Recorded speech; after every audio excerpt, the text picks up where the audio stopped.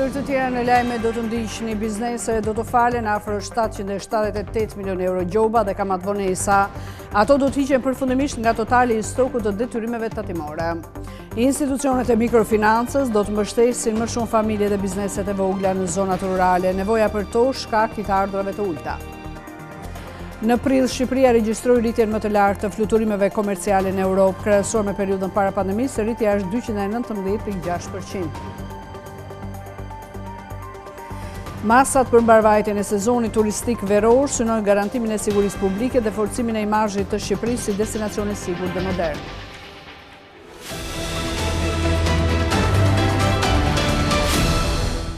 Ju përshëndet zonja dhe zotrina, ndiqni me lajmet qendrore. Bizneseve do të falen afër 777 milion euro gjoba dhe kamat vonesa, të cilat janë pjesë e totalit të stokut të detyrimeve tatimore. Peshën më të madhe të tyre zëtatim fitimi i ndjekur nga TVSH-ja dhe sigurimet shoqërore.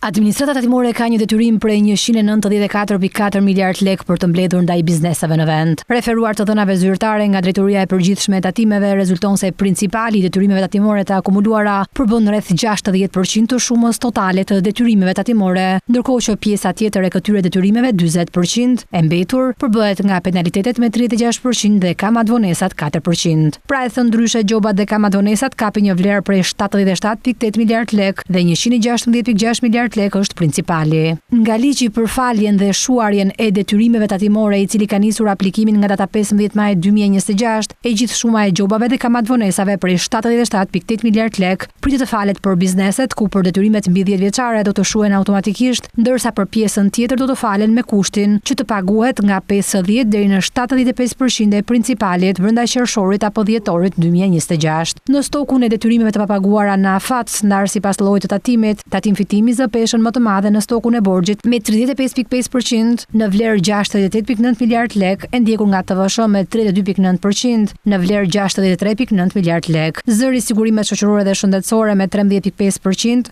në vlerë 26.2 miliard lek, të tjera me 12.5% në vlerë 24.4 miliard lek, tatimi në burim me 3.6% me vlerë 7 miliard lek, tatimi mbi të ardhurat personale zë 1.5% me vlerë 2.9 miliard lek dhe diva 0.5% në vlerë 919 milion lek. Krahasuar me fundin e vitit 2024, gjatë këtij viti, detyrimet e papaguara të bizneseve sa i takon tatim fitimit janë rritur me 21.8 miliard lek, TVSH është rritur me 6.7 miliard lek, sigurimet shoqërore dhe shëndetësore me 1.9 miliard lek, ndërsa zërat e tjerë, si tatimi në burim, tatim mbi të ardhurat personale dhe diva kanë një rritje më të vogël. Referuar moshës së detyrimeve të papaguara, vjet re se detyrimi më i ri është argëtuar duke përdorur analizën e profilit të riskut, si dhe duke ndjekur vetë deklarimet për çdo muaj nga sektori i monitorimit dhe analizës në rajonet e mbledhjes me qëllim rritjen e performancës në arkëtimet e detyrimeve tatimore.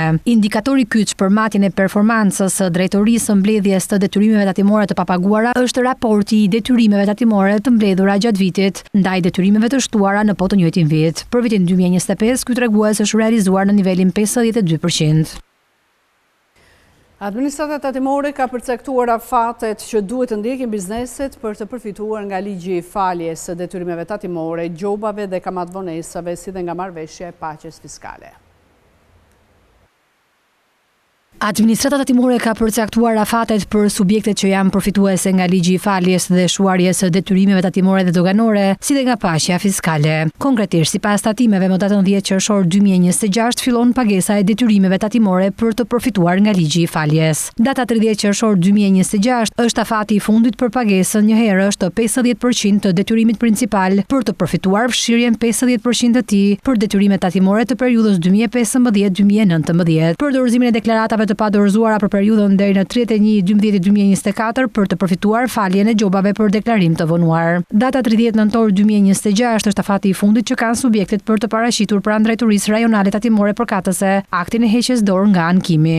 31 dhjetor 2026 është afati i fundit për pagesën e 75% të detyrimit principal për të përfituar fshirja 25% të tij për detyrimet tatimore të periudhës 2015-2019, si dhe për pagesën 100% të principalit për të përfituar fshirjen e gjobave dhe kamatvonesave për detyrimet tatimore të periudhës 2020-2024. Sa i takon aplikimit të paqes fiskale, administrata tatimore bën me dije se 15 maj 2026 është data kur ka nisur aplikimi në sistemin tatimor e-filing për lidhjen e marrëveshjes së paqes fiskale për vitin tatimor 2026. Më 5 qershor 2026 përfundon afati për aplikimin në sistemin tatimor e-filing për lidhjen e marrëveshjes së paqes fiskale për vitin tatimor 2026, ndërsa më 15 qershor 2026 është afati i fundit, brenda të cilit subjektet që kanë aplikuar ditën e fundit mund të ngarkojnë në sistemin tatimor e-filing marrëveshjen e nënshkruar. Data 30 qershor 2026 është afati i fundit për tatim paguesit, të cilët në formularin e aplikimit për lidhjen e marrëveshjes së paqes fiskale kanë deklaruar që do të kryejnë rideklarimin e pasqyrave financiare,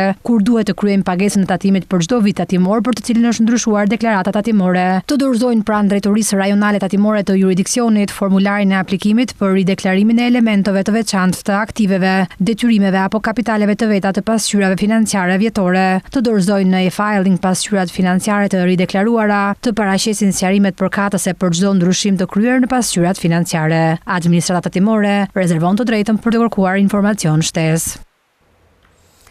Në konferencën vjetore të mikrofinancës, zëvendës guvernatorja e dytë e Bankës së Shqipërisë, Natasha Meta, deklaroi se institucionet e mikrofinancës duhet të mbështesin më shumë familjet dhe bizneset e vogla në zonat rurale apo me të ardhurat të ulta, duke ofruar këshillim financiar dhe produkte të përshtatura për nevojat e tyre. Institucionet e mikrofinancës duhet të ofrojnë këshillim financiar për kategori që nuk mbështeten financiarisht shumë nga sektori bankar tradicional, pra familjar apo biznese kryesisht në zonat rurale me të ardhurat të ulta, apo që operojnë në informalitet, me qëllim rritjen e përfshirjes financiare të tyre. Kështu është shprehur zëvendës guvernatorja e dytë e Bankës së Shqipërisë, Natasha Meta, në konferencën vjetore të 28 të Qendrës së Mikrofinancës, me temë mikrofinanca në tranzicion është misioni në rrezik, e cila shtoi ndër të tjera se mikrofinanca duhet të ofrojë produkte që i përshtaten nevojave të tyre dhe të mos përqendrohet vetëm në kredin konsumatore. Këshillimi financiar, duke qenë se adresohet një segmentit popullsisë me nivel të ulët të njohurive mbi financën, luan një rol jashtëzakonisht të rëndësishëm për atë që quhet përfshirje financiare e përgjegjshme. Natyrisht, sikurse gjithë sektori financiar, edhe në mikrofinancë kemi produkte të reja të cilat përfshin përdorimin e infrastrukturës digjitale.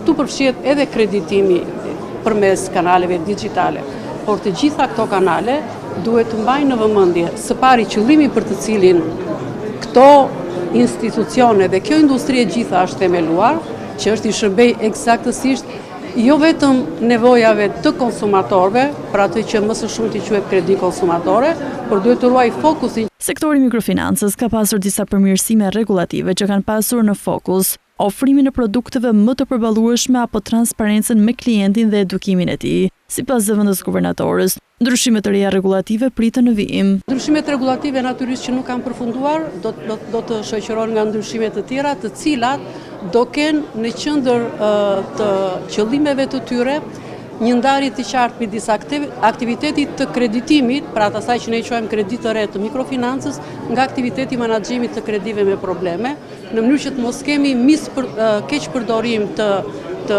produkteve, keq përdorim të mandatit që licenca u ka dhënë këtyre institucioneve dhe sidomos të mos kemi, si të thuash, mungesë të transparencës për të gjithë kategoritë e klientëve të cilave mikrofinanca, po dhe sektori financiar në përgjithësi ju ka shërbyer. Mikrobiznesi ka nevoje specifike të ndryshme nga ato të biznesit të vogël, ndaj edhe mikrofinanca duhet të ofrojë produkte që u përshtaten nevojave të tyre, u shpreh ndër të tjera zëvendës guvernatorja.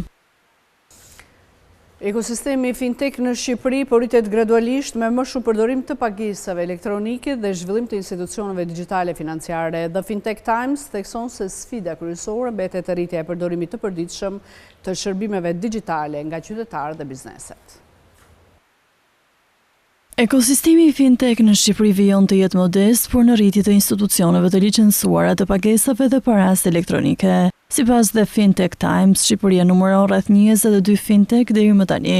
Përparimi i Shqipërisë në financa digjitale është i lidhur jo vetëm me inovacionin, por edhe me modernizimin ekonomik të vendit dhe trajektorin e integrimit në Bashkimin Evropian. Përfshirja financiare po përmirësohet, megjithëse ende jo e plot. Të dhënat nga Banka Botërore konfirmojnë një popullsi më të digitalizuar se sa një dekadë më parë. Gjithashtu, shifrat e Bankës së Shqipërisë tregojnë se pagesat me kartë përbënin rreth 67% të numrit të përgjithshëm të pagesave bankare vitin e kaluar, ndërsa pagesat me para elektronike janë bërë një dëshmi më e qartë e sjelljes digjitale të konsumatorëve.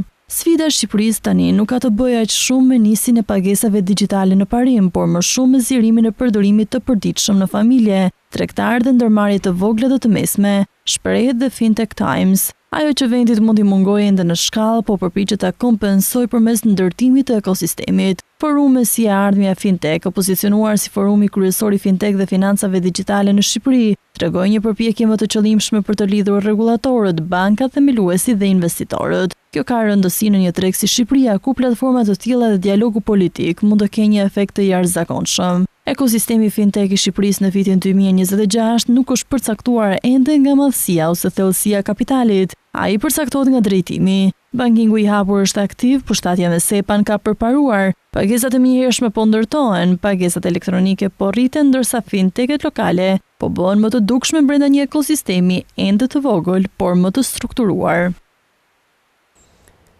Importet e mishit në Shqipëri kanë arritur në muajin prill 2026 nivelin e dytë më të lartë të regjistruar në 2 dekadat e fundit, ndërsa prodhimi vendas vijon të bjerë. Rritja nuk lidhet vetëm me çmimet, por edhe me sasinë, ndërkohë që Brazili mbetet edhe furnitori kryesor.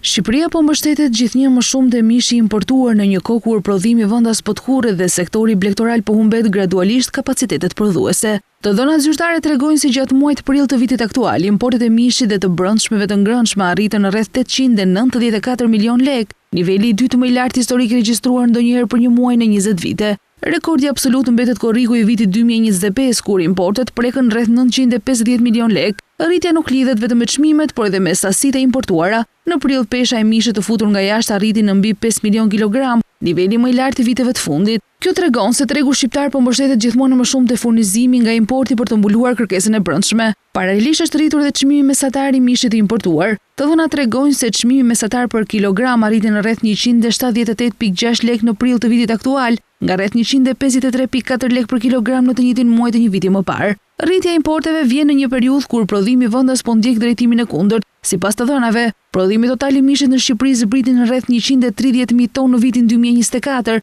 niveli më i ulët regjistruar në 2 dekadat e fundit. Pas kulmit prej mbi 161.000 tonë është regjistruar në vitin 2018, prodhimi vendas ka hyrë në një rënjë të vazhdueshme. Vetëm gjatë periudhës 2018-2024, prodhimi i mishit ra në më shumë se 31.000 tonë, ose rreth 19%. Rënja e prodhimit lidhet me tkurrjen e numrit të bagëtive, kostot më të larta të fermerëve, emigrimi në zonat rurale dhe vështirësitë për të mbajtur aktivitetin blegtoral fitimprurës. Në muajin prill, Brazili rezultoi furnitori kryesor i importeve për këtë kategori produktesh, duke zënë rreth 45% të totalit, pasi rënditen Shtetet e Bashkuara me 12.5%, Italia me 8.2% dhe Greqia me 8%, ndërsa Paraguay mbajti rreth 6.3% të importeve. Pjesa tjetër e tregut u nda mes vendeve të tjera si Serbia, Spanja, Holanda dhe Maqedonia e Veriut, me pesha dukshëm më të vogla. Në muajin prill, Shqipëria ka regjistruar rritjen më të lartë të fluturimeve komerciale në Europë me 219.6% më shumë krahasuar me periudhën para pandemisë, sipas të dhënave të Eurostat. Rritja e turizmit dhe zgjerimi i linjave ajrore e kthejnë vendin në një nga tregjet më dinamike të trafikut ajror, jo vetëm për rajonin, por edhe Europën.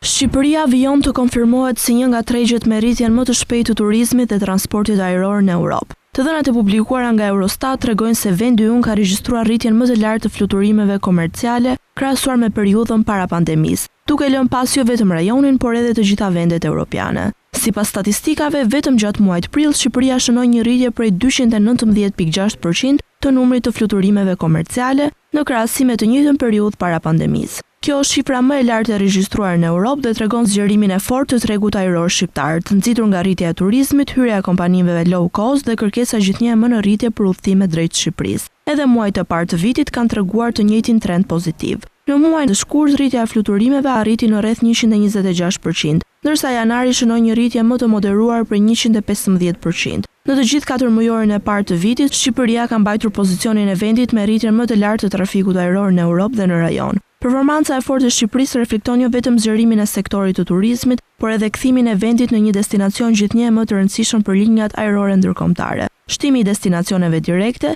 zgjerimi i aeroportit të Tiranës dhe interesi në rritje i turistëve të huaj kanë ndikuar ndjeshëm në këtë trend. Edhe rajoni Ballkanit ka paraqitur rezultat pozitiv në muajt e fundit. Pas Shqipërisë, Bosnia-Hercegovina renditet e dyta në rajon me një rritje prej 62.7% të fluturimeve komerciale. Serbia mban vendin e tretë me rreth 41% rritje, ndërsa performancë të mirë kanë regjistruar edhe Maqedonia e Veriut dhe Malizi, me përkatësisht 36 dhe 27% rritje të fluturimeve. Për Malin e Zi, kjo shënon një rikuperim të rëndësishëm, pasi muajt e fundit vendi kishte regjistruar një rënje të ndjeshme të trafikut ajror. Në nivel evropian, pas Shqipërisë, një nga performancat më të forta është regjistruar nga Islanda, me një rritje për 126%, ndërsa rritje të konsiderueshme kanë shënuar edhe Slovakia dhe Malta, me përkatësisht 53 dhe 49%. Nga ana tjetër, jo të gjitha vendet europiane kanë ndjekur të njëjtin trend pozitiv. Disa shtete kanë regjistruar rënje të ndjeshme të fluturimeve komerciale, krahasuar me periudhën para pandemisë. Slovenia rezulton me rënjen më të madhe prej 29%, e ndjekur nga Suedia, Letonia, Gjermania dhe Finlanda. Të dhënat tregojnë qartë se Shqipëria po përjeton një zgjerim të shpejtë të tregut të aviacionit dhe turizmit, duke u kthyer në një nga destinacionet më dinamike në Europë për udhëtime ajrore. Nga Korea e Veriut e Europës, në vendin që synon antarësim të shpejt në Bashkimin Evropian, kjo është Shqipëria që Kryeministri Rama prezantoi në hapje të konferencës aziatike të lidershipit. Rama po zhvillon një vizitë në Seul, ku veç agjendës politike ka patur disa takime me drejtues të kompanive më të mëdha koreane. Shqipëria ishte si Korea e Veriut e Evropës, ndërsa tani po ecën drejt rrugës së Bashkimit Evropian, sipas kryeministrit Edi Rama, i cili mori pjesë në ceremoninë e hapjes së konferencës aziatike të lidershipit, pjesë e agjendës së vizitës zyrtare në Seul. Përgjatë një kapitulli të dhimbshëm të historisë së saj, Shqipëria ishte Korea e Veriut e Evropës, e megjithatë, sot ajo po ecën në një tjetër rrugë. Një rrugë jo e lehtë, e papërsosur natyrisht, por thelbësisht ndryshe. Një rrugë ndërtimi institucionesh, modernizimi demokratik, një rrugë drejt Bashkimit Evropian. Ne në rrugtimin ton po tregojmë se institucione demokratike mund të ndërtohen, edhe kur historia thotë se është e pamundur, dhe se një vend, dikur kufizuar nga izolimi, mund të përkufizohet nga aspirata. Konferenca Aziatike e Lidershipit është një platformë me ndikim global në shkëmbimin e ideve, forcimin e besimit dhe ndërtimin e urave të bashkëpunimit mes vendeve dhe brezave të ndryshëm. Ndërkohë, agjenda e vizitës në Seul përfshin dhe një sër takimesh me drejtues të kompanive më të mëdha koreane, me fokus bashkëpunimin ekonomik dhe mundësitë e investimeve në Shqipëri. Ministri i Punëve të Brendshme Besford Lamallari ka prezantuar masat e ndërmarra nga Policia e Shtetit dhe strukturat përgjegjëse për marrëvajtjen e sezonit turistik veror 2026. Sipas ministrit, këto masa synojnë jo vetëm garantimin e sigurisë publike, por edhe forcimin e imazhit të Shqipërisë si një destinacion turistik i sigurt, mikpritës dhe modern. Ministri i Punëve të Brendshme Besford Lamallari prezantoi masat e ndërmarra nga Policia e Shtetit dhe strukturat përgjegjëse për mbarvajtjen e sezonit turistik veror 2026, duke vënë theksin te garantimi i sigurisë, menaxhimi i flukseve dhe ofrimi i një shërbimi sa më miqësor për turistët që vizitojnë Shqipërinë. Ministri Lamallari theksoi se Shqipëria po njeh nga viti në vit rritje të numrit të turistëve nga Europa dhe më gjerë, çka kërkon masa të posaçme për garantimin e rendit dhe sigurisë publike në të gjithë territorin. Do të kemi patrullime të veçanta dhe shërbime 12 orëshe gjatë periudhës 1 korrik 31 gusht 2026, ngritjen e stacioneve provizore në stacion pranë zonave me interes lart turistik, konkretisht në Valbon, në Theth, në Komën, në Tale, Gjiri Lazi dhe Ksamil. Forcimi kontrollit të trafikut dhe menaxhimin e flukseve në pikat e kontrollit kufitar, si dhe shtimi i sporteleve të përpunimit të pasagjerëve në porte dhe aeroporte dhe pikat e kalimit kufitar. Ministri Lamallari nënvizoi gjithashtu përmirësimin e mëtejshëm të procedurave të përpunimit të pasagjerëve në hyrje të vendit, duke evidentuar suksesin e përdorimit të portave elektronike e-gates në aeroportin ndërkombëtar të Rinasit, që kanë reduktuar ndjeshëm kohën e pritjes. Sipas tij, e njëjta teknologji do të shtrihet edhe në portet e Durrësit dhe të Sarandës, me synimin për të lehtësuar procedurat kufitare, pa cënuar standardet e sigurisë. Nga ana tjetër, një element tjetër i rëndësishëm është funksionalizimi i plot i njësisë policore detare dhe së shpejti do të kemi aktivitete publike edhe për këtë element ku sigurisht forcat e kontrollit kufitar, ato detare do të dëshmojnë kapacitetet e tyre me fokus veçantë pikërisht plazhet kryesore të Shqipërisë, që gjithmonë më shumë po vizitohen nga shtetet të ndryshëm të Europës, por do të thojë patjetër edhe më gjerë. Në fokus të masave për sezonin turistik është edhe funksionalizimi i plotë i njësisë policore detare, e cila do të monitorojë dhe kontrollojë zonat bregdetare më të frekuentuara të vendit. Sipas ministrit Lamallari, të gjitha këto masa synojnë jo vetëm garantimin e sigurisë publike, por edhe forcimin e imazhit të Shqipërisë si një destinacion turistik i sigurt, mikpritës dhe modern. Sezoni turistik ka shtuar numrin e punës në ndërtim dhe shërbime. Inspektorati Shtetëror i Punës ka nisur një fushat intensive të inspektimeve në kanteret e ndërtimit, hotele, bare, restorante dhe bizneset që operojnë në funksion të turizmit. Siguria në punë po kthehet në një nga prioritetet kryesore të Inspektoratit Shtetëror të Punës, veçanërisht në prag të sezonit turistik, kur intensiteti i punimeve në ndërtim dhe aktiviteti në shërbime rritet ndjeshëm. Në një intervistë për Skan Televizion, kryeinspektori i Inspektoratit Shtetëror të Punës, Elio Muçaj, deklaroi se ka nisur dhe fushata ndërgjegjësuese në kantieret e ndërtimit dhe subjektet që lidhen me turizmin. Inspektorati i Punës për gati 3-4 javësh ka nisur një fushat në sektorin e ndërtimit, e cila ka të bëjë eksaktësisht me ndërgjegjësimin dhe forcimin e kulturës së sigurisë dhe shëndetit në punë, duke i dhënë fokus të veçantë përdorimit të pajisjeve të mbrojtjes individuale dhe ndërtimi patjetër është i lidhur edhe me sektorin e turizmit, sepse në këtë periudhë intensiteti i punës në ndërtim apo në projekte turistike është i lartë, pasi ato kërkojnë që të përfundojnë përpara fillimit të sezonit. Kështu që dhe fokusi i inspektoratit është i shtuar në ato kantiere apo subjekte të cilat operojnë në ndërtim të lidhura me sektorin e turizmit, për sa i përket sigurisë dhe shëndetit në punë. Kryeinspektori Muçaj, ndër të tjera, deklaroi se institucioni që ai drejton është duke hartuar një plan konkret masash për sektorin e turizmit, ndërsa theksoi se 70% e planit të inspektimit ka në fokus ndërtimet në turizëm. Rreth 7% e planit që do të zhvillohet në këto 3-4 muajt e ardhshme do të jenë të përqendruara në sektorin e turizmit, pra kjo e përkthyer në numra do të ketë rreth mbi 2000 inspektime që do të jenë në turizëm, pra në bazë të përzgjedhjesh në ato subjekte që kanë një risk më të lartë apo dhe numri i të punësuarve është në një niveli të lartë. Një gjë tjetër që është e shtuar në analizën dhe në planet e këtij viti është përveç subjekteve që janë të lidhura, që janë subjekte që operojnë në fushën e turizmit, pra që mund të jenë hotele, bare dhe restorante, pjesë e planeve tona janë bërë edhe ato subjekte të cilat janë të lidhura me turizmin. Sipas kryeinspektorit Muçaj, pjesë e planeve të punës janë bërë edhe ato subjekte të cilat janë të lidhura me turizmin, siç mund të jenë shpërndarja, lavanderit, pastrimet e të tjerë që janë subjekte që operojnë në funksion të këtij sektori. Një projektligj për avokaturën e shtetit parashikon zgjerim të kompetencave të institucionit, krijimin e një funksioni të ri perëndimësit ligjor dhe ndryshime në mënyrën e rekrutimit të avokatëve të shtetit. Institucioni do të marrë përsipër përfaqësimin dhe mbrojtjen e interesave pasurore të organeve të vetëqeverisjes vendore në të gjitha nivelet e gjykatave, pa autorizim të posaçëm nga bashkitë apo institucionet vendore.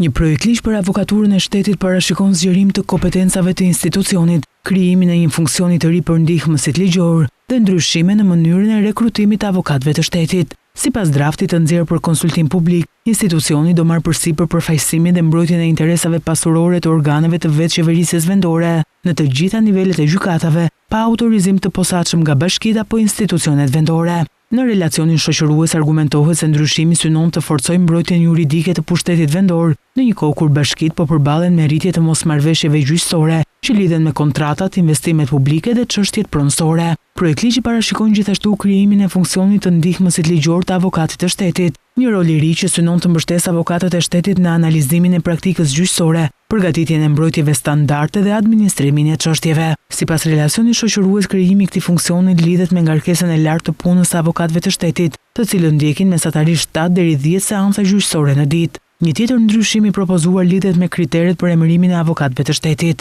Drafti parashikon që përveç kandidatëve që kanë përfunduar shkollën e magjistraturës, të mund të emërohen dhe persona me eksperiencë të gjatë profesionale si avokat, pedagog të së drejtës apo jurist në administratën shtetërore. Ndërkaq relacioni shoqërues argumenton se nevoja për forcimin e avokaturës së shtetit lidhet dhe me vlerat e larta financiare të çështjeve që përfaqëson institucioni. Sipas dokumentit, vetëm gjatë vitit 2025, avokatura e shtetit ka ndjekur procese gjyqësore me një vlerë për rreth 8 miliard lekësh, apo afro 84 milion euro, si dhe çështje që lidhen me mbi 12 milion metra katror pasuri të paluajtshme.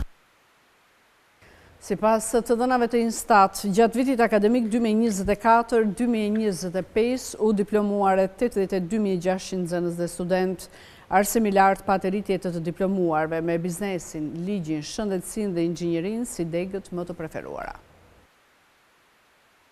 Sistemi arsimor në Shqipëri ka nxjerrë gjatë vitit akademik 2024-2025 afro 82.600 të diplomuar në të gjitha nivelet e arsimit. Të dhënat e publikuara nga Instituti i Statistikave tregojnë se nxënës dhe student nga arsimi nëntëvjeçar, ai mesëm dhe arsimi i lartë kanë përfunduar studimet, ndërsa vjet re një rënje e lehtë e diplomimeve në arsimin parauniversitar krahasuar me një vit më parë. Sipas statistikave, 33.5% e të diplomuarve i përkasin arsimit nëntëvjeçar, 31.4% arsimit të mesëm dhe rreth 35% arsimit të lartë. Në total, diplomimet në arsimin parauniversitar kanë rënë me 1.5% krahasuar me vitin e kaluar, duke reflektuar ndryshimet demografike dhe lëvizjet në sistemin arsimor. Në arsimin nëntëvjeçar, shumica e të diplomuarve janë meshkujt, të cilët përbëjnë 52.1% të totalit. Po ashtu, pjesa dërmuese e nxënësve janë diplomuar në institucione arsimore publike, me 89.3% të totalit, çka tregon se sistemi publik vazhdon të mbajë peshën kryesore të arsimit bazë në vend. Rënje është regjistruar edhe në arsimin e mesëm, ku numri të diplomuarve është ulur me 3% krahasuar me vitin e kaluar. Në këtë nivel arsimor, vajzat përbëjnë shumicën e të diplomuarave me 51%, ndërkohë arsimi profesional zë 12.3% të diplomimeve totale në arsimin e mesëm, ku dominojnë meshkujt me 84.3% të diplomuarve. Kjo tregon se djemtë vijojnë të jenë më të orientuar drejt degëve profesionale dhe teknike. Nga ana tjetër, arsimi i lartë ka shënuar rritje. Gjatë vitit akademik 2024-2025 janë diplomuar afro 28.900 student, ose 2.6% më shumë krahasuar me një vit më parë. Shifra tregojnë një interes të vazhdueshëm për studimet universitare dhe pasuniversitare. Mbi gjysma e studentëve, konkretisht 50.6% janë diplomuar në programet bachelor, ndërsa 43.4% kanë përfunduar programet master. Po ashtu, femrat dominojnë edhe në arsimin e lartë, pasi 65.3% të diplomuarave janë vajza dhe gra. Shumica e studentëve, rreth 66.6%, kanë përfunduar studimet në universitetet publike. Sa i përket degëve më të preferuara, fusha biznes, administrim dhe ligj mbetet zgjedhja kryesore e studentëve shqiptar, ku janë diplomuar 23.3% të totalit të studentëve. Në vend të dytë renditet fusha shëndet dhe mirëqenie me 22.4%, ndërsa inxhinieri, prodhim dhe ndërtim zë 14% të diplomimeve në arsimin e lartë. Të dhënat tregojnë se pavarësisht rënjes së lehtë në nivelet parauniversitare, universitetet në Shqipëri vijojnë të prodhojnë një numër të lartë diplomimesh, me prirje të fortë drejt degëve të biznesit, ligjit, shëndetësisë dhe inxhinierisë. Tirana ka mirëpritur përfaqësues të sindikatave të arsimit nga gjithë Europa me qëllim diskutimin e problemeve dhe zhvillimit të këtij sektori. Në tryez u diskutuan çështje të tilla si pagat e mësuesve, mungesa e interesit nga të rinjt për ta zgjedhur si profesion e të tjerë. Licencimi mësuesve është detyrim ligjor dhe të gjithë ata mësues të diplomuar pas vitit 2012 që nuk kanë dhënë provimin e licencës duhet ta bëjnë. Kështu është shprehur kryetari i sindikatës së pavarur të arsimit të Shqipërisë, Nevruz Kaptelli, ndër të tjera kreu i sindikatës renditje dhe problematikat kryesore të arsimit. Rritjen e pagave të mësuesve, vlerësimin e profesionit të mësuesit nga ana materiale, por edhe morale, me qëllim që profesioni mësuesit bëhet një profesion i dëshirueshëm, rritjen e buxhetit për arsimin publik. Shumë vende, jo vetëm të rajonit, por edhe në vende të tjera, nxënësit po orientohen në drejt arsimit jo publik, drejt arsimit privat, duke rrezikuar arsimin publik. Qëndësimit mësuese, ai është një detyrim ligjor. Kur të vi momenti lëvizje paralele, këto mësues kriteri i parë që do të kërkohet tot licencën, atëherë ti nuk do hysh fare lëvizje paralele dhe humbasit drejt e profesionit. Edhe kreu i Federatës së Sindikatave të Arsimit dhe Shkencës, Shpëtim Brahaj, bëri thirrje për 2 fishim page dhe hartimin e politikave lehtësuese, në mënyrë që të rinjt të zgjedhin mësuesin si profesion. Kemi kërkuar vazhdimisht që profesioni mësuesit duhet bëhet një profesion i pëlqyer nga rinia. Dyfishohet paga mësuesit, që të bëhet vërtet një profesion i motivuar duke u shpërblyer për punën që bën. Qeveria shqiptare duhet patjetër në mënyrë emergjente duhet ndërhyj për të rregulluar ca politika që familjet e mësuesve që janë vërtet çifte të reja, por edhe ato të tjerë që kanë nevoja tim shtese me kredit buta. Tohet pra dhe ajo sasi e parave që mësuesit marrin për transportin, për vështirësinë që se ka për atyre në zonat rurale thella. Presidenti i Komisionit Evropian të Sindikatave për Arsimin, John McGovern, tha se Shqipëria ka bërë progres, por ka ende shumë punë përpara. Pa një arsim cilësor nuk mund të arrihet gjë, nuk mund të arrihet ajo ardhmja që duam dhe ne nuk mund të kemi arsim cilësor nëse janë vetëm ato nxënësit nënmesatare që kërkojnë të bëhet mësues. Pagesa që jepet mësuesit të jetë e krahasueshme dhe në nivel të njëjtë me profesionet e tjera. Ekziston sfida e lëvizjes së qytetarëve nga zonat më rurale në zonat nëpër qytete, në zonat më qendrore, gjithashtu vetë migracioni, ikja nga një shtet në një shtet tjetër, dhe pastaj konkurreshmëria e një profesioni me një tjetër në kuptimin e tregut punës. Deklaratat u bën në kuadër të një tryeze të rrumbullakët të mbajtur në Tiranë me përfaqësues të sindikatave të arsimit, organizatave ndërkombëtare dhe institucioneve europiane nga vende të ndryshme të Europës qendrore dhe lindore. Gjatë periudhës janar-prill 2026 janë regjistruar gjithsej 30.799 mjete ose 5.3% më shumë krahasuar me të njëjtën periudhë të vitit 2025. Në strukturën e përgjithshme të mjeteve të regjistruara, pjesën më të madhe e zën autoveturat. Tregu i automiteve në vend ka vijuar të shfaqë ritme pozitive gjatë 4 muajve të parë të vitit 2026. Të dhënat më të fundit nga Drejtoria e Përgjithshme e Shërbimeve të Transportit Rrugor mbi regjistrimin e mjeteve për herë të parë tregojnë një rritje të qëndrueshme të numrit të automjeteve në qarkullim, duke reflektuar interesin në rritje të qytetarëve për investime në mjete transporti. Po kështu të dhënat tregojnë një rritje të qëndrueshëm të qarkullimit dhe rinovimit të flotës së mjeteve në vend. Gjatë periudhës janar-prill 2026 janë regjistruar gjithsej 30.799 mjete ose 5.3% më shumë krahasuar me të njëjtën periudhë të vitit 2025. Në strukturën e përgjithshme të mjeteve të regjistruara, pjesën më të madhe e zën autoveturat. Gjatë 4 muajve të parë të vitit janë regjistruar 24.413 autovetura, të cilat përfaqësojnë 79.3% të totalit të regjistrimeve. Kjo tregon se automjetet për përdorim familjar dhe personal mbeten zgjedhja kryesore e qytetarëve. Ky trend pozitiv lidhet me disa faktorë kryesor. Një ndërto është rritja e importeve të automjeteve të përdorura nga tregjet europiane, të cilat vijojnë të kenë kërkesë të lartë për shkak të çmimeve më të përballueshme.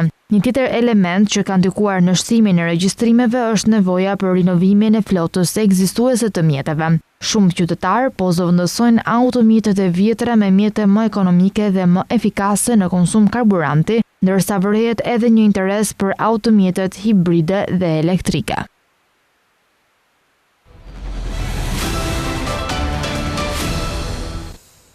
Kombet e Bashkuara ulën parashikimin për rritjen ekonomike globale, duke thënë se kriza në lindjen e mesme kishte rigjallëruar presionet inflacioniste dhe rritur pasigurinë. Në raport theksohet se rritja globale e prodhimit të brendshëm bruto parashikohet të jetë 2.5% në vitin 2026, krahasuar me një vlerësim 3% në vitin 2025. Kombet e Bashkuara ulën parashikimin për rritjen ekonomike globale, duke thënë se kriza e lindjes së mesme kishte rigjallëruar presionet inflacioniste dhe rritur pasigurinë. Në raportin e mesit të vitit mbi situatën dhe perspektivat ekonomike botërore, theksohet se rritja globale e prodhimit të brendshëm bruto parashikohet të jetë 2.5% në vitin 2026, krahasuar me një vlerësim prej 3% më parë, 0.2 përqindje në parashikimin e janarit dhe shumë në normat e rritjes para pandemisë. Një rrimëkëmbje modeste parashikohet në 2.8% vitin e ardhshëm. Ajo që filloi si një goditje për tregjet e energjisë më 28 shkurt është ndërruar në një tronditje më të gjerë të furnizimit me një fushë veprim, madhësi dhe kozgjatje të pasigurt që po përhapet në të gjithë botën, tha Shantano Mukerje, drejtori i divizionit të analizës ekonomike dhe politikave në Departamentin e Çështjeve Ekonomike dhe Sociale të OKB-s. Në një periudhë për vetëm 11 javësh, kjo na ka detyruar të rishikojmë parashikimet tona të mëparshme për rritjen e prodhimit të brendshëm bruto global në 2.5% në 2026 dhe 2.8% në vitin 2027, shtoi ai.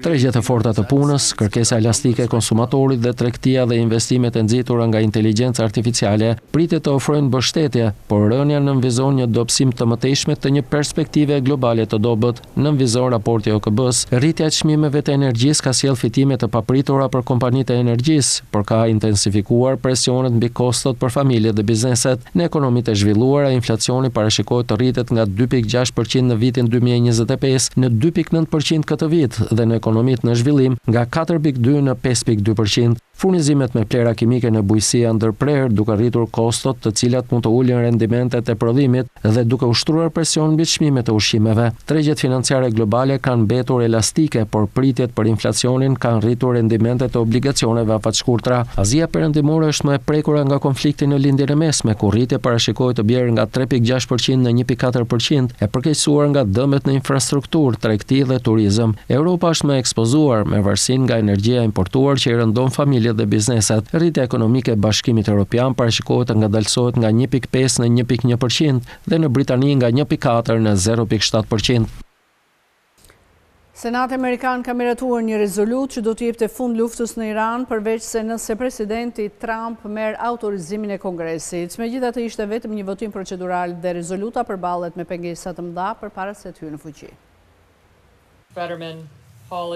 Senati Amerikan miratoi një rezolutë që do të jepte fund luftës në Iran, përveç nëse presidenti Donald Trump merr autorizimin e Kongresit, një goditje ndaj udhëheqësit republikan 80 ditë pasi forcat amerikane dhe izraelite filluan të sulmonin Iranin. Votimi, një masë procedurale për të çuar përpara rezolutën, ishte 50 me 47, pasi 4 nga republikanët e Trump votuan me të gjithë demokratët përveç njërit në favor. 3 republikanë nuk morën pjesë në votim. Rezultati ishte një fitore për ligjvënësit, të cilët kanë argumentuar se Kongresi, jo presidenti, duhet të kenë fuqinë për të dërguar trupa në luftë, siç përcaktohet në kushtetutë. Megjithatë, ishte vetëm një votim procedural dhe rezoluta përballet me pengesa të mëdha përpara se të hyjë në fuqi. Edhe nëse përfundimisht miratohet nga Senati me 100 anëtar, rezoluta duhet të miratohet edhe nga Dhoma e Përfaqësuesve e udhëhequr nga republikanët dhe të sigurojë shumicën prej 2/3 si në Dhomën e Përfaqësuesve, ashtu edhe në Senat për të mbjetuar një vetoje të pritër të Trump. Republikanët e Trump bllokuan 7 përpjekje të mëparshme për të çuar përpara rezoluta të ngjashme në Senat këtë vit. Ata gjithashtu kanë ndaluar 3 rezoluta me fuqi lufte me vota të ngushta në Dhomën e Përfaqësuesve këtë vit. Republikanët dhe Shtëpia e Bardhë thonë se veprimet e Trump janë të lishme dhe brenda të drejtave të tij si komandant suprem për të mbrojtur SBA-n, duke urdhëruar operacione të kufizuara ushtarake. Disa republikanë të Kongresit i kanë akuzuar demokratët se i kanë paraqitur rezolutat për fuqitë e luftës vetëm për shkak të kundërshtimit të tyre partijak ndaj Trump.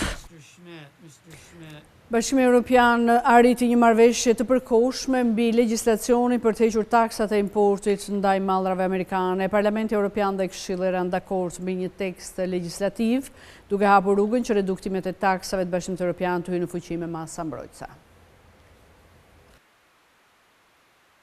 Bashkimi Evropian arriti një marrëveshje të përkohshme mbi legjislacionin për të hequr taksat e importit mbi mallat amerikane, një pjesë kyçe e marrëveshjes tregtare të arritur me Washingtonin korrikun e kaluar. Sipas kushteve të marrëveshjes së arritur vitin e kaluar, Bashkimi Evropian ra dakord të heqë detyrimet e importit për mallrat industriale amerikane dhe të jap akses preferencial për produkte të bujqësore dhe detare të SBA-s. Në këmbim, Shtetet e Bashkuara do të vendosin tarifa prej 15% për shumicën e mallrave të Bashkimit Evropian. Pothuajse 10 muaj që nga ajo marrëveshje e kornis, Parlamenti Evropian dhe Këshilli, organi që përfaqëson qeverinë e Bashkimit Evropian, ran dakord mbi një tekst legjislativ, duke hapur rrugën që reduktimet e taksave të Bashkimit Evropian të hyjnë në fuqi me masa mbrojtëse në rast se Trump nuk e zbaton marrëveshjen. Përshëndes marrëveshjen e arritur nga Parlamenti Evropian dhe Këshilli për uljen e tarifave për eksportet industriale amerikane në Bashkimin Evropian. Kjo do të thotë që së shpejti do ta përmbushim pjesën tonë të deklaratës së përbashkët të Bashkimit Evropian SBA,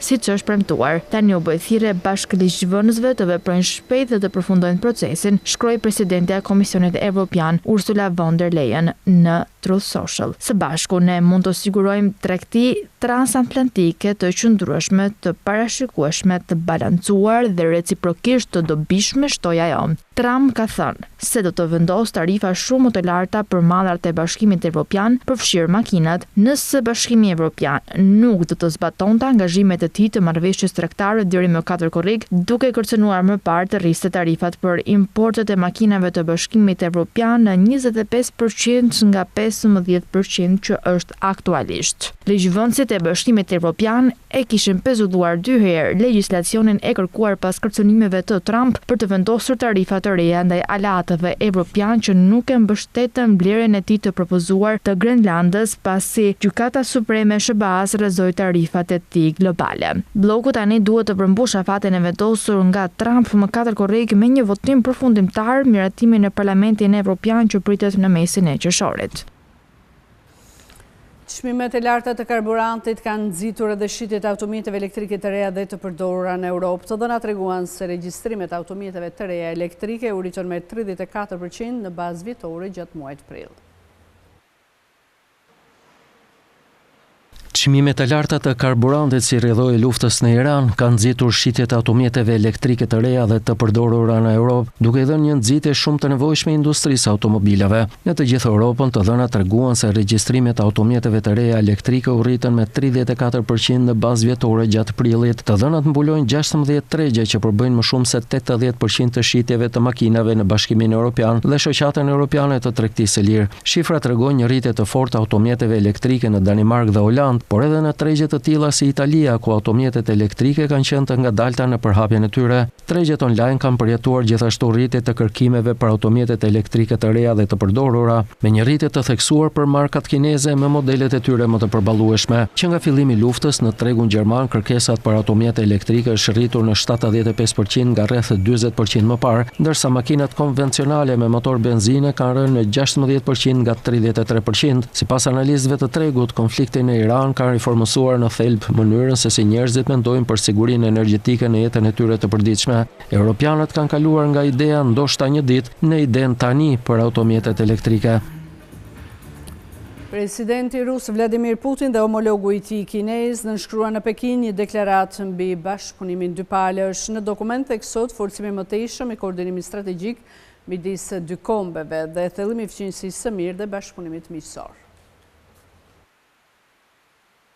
Presidenti rus Vladimir Putin dhe homologu i tij kinez Xi Jinping nënshkruan në Pekin një deklaratë të përbashkët mbi bashkëpunimin dypalësh. Deklarata, e cila synon forcimin e mëtejshëm të koordinimit strategjik midis dy kombeve dhe thellimin e fqinjësisë së mirë dhe bashkëpunimit miqësor, u nënshkrua së bashku me një numër marrëveshjesh të tjera që mbulojnë fusha të tilla si teknologjia dhe tregtia. Si antar të përhershëm të Këshillit të Sigurimit OKB-s dhe vende të rëndësishme të mëdha në botë, Kina dhe Rusia duhet të ndjekin një perspektivë strategjike dhe afatgjatë të nxisin rikëllimin dhe rigjallërimin e vendeve tona përkatëse, përmes një koordinimi gjithëpërfshirës strategjik me cilësi edhe më të lartë dhe të punojmë për ta bërë sistemin e qeverisjes globale më të drejtë dhe të arsyeshëm, tha Xi Jinping. Putin shtoi nga ana tij se marrëdhëniet me Pekinin kishin arritur një nivel të papar. Kina është një partner i kyçe tregtare për Rusinë, veçanërisht pas pushtimit të Ukrainës nga Moska në vitin 2022, që izoloi Kremlinin nga arena kombëtare dhe preu një pjesë të konsiderueshme të lidhjeve të tij me vendet perëndimore. Pekini ka mbajtur prej kohësh atë që e quan një qëndrim neutral në konflikt, pavarësisht se ka rritur lidhje tregtare me Kremlinin me sanksioneve ekonomike dhe financiare nga Shtetet e Bashkuara dhe Europa.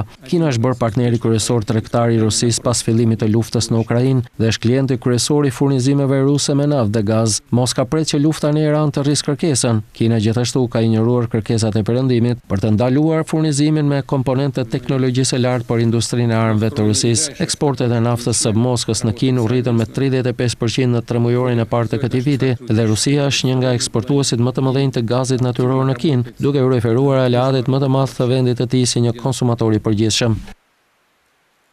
Kemi ardhur kështu në fund, por unë i kujtoj se për më tepër informacione ju mund të na gjeni dhe në adresën tonë në internet skantv.al, ku mund të gjeni gjithçka mbi ekonominë, bankat, sigurimet, tregjet financiare të tjerë.